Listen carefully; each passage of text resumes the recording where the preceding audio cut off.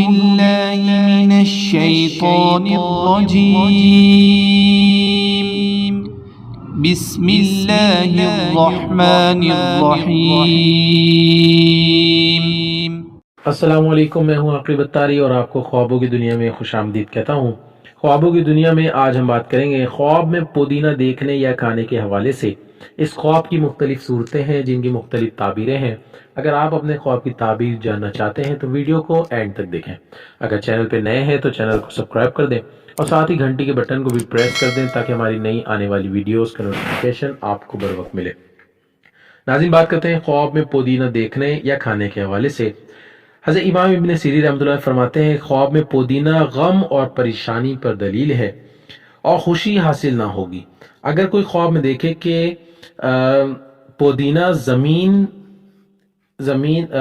زمین اس کی ملکیت ہے، اس میں پودینہ ہے، تو دلیل ہے کہ غم اور پریشانی میں گرفتار ہوگا۔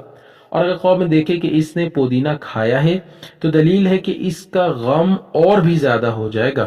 اور اگر خواب میں دیکھے کہ دوسروں کی زمین میں پودینہ ہے تو دلیل ہے کہ صاحب زمین کو غم اور پریشانی ہوگا اور مشکلات کا سامنا ہوگا اور بیماری میں گرفتار ہوگا۔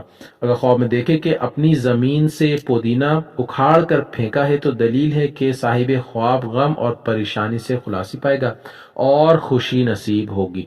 اللہ پاک سے دعا ہے اللہ پاک ہمیں دین و دنیا میں کامیابی عطا کرے اور دشمنوں کے شر سے محفوظ رکھے۔ صلو علی الحبیب صلی اللہ تعالی علی محمد۔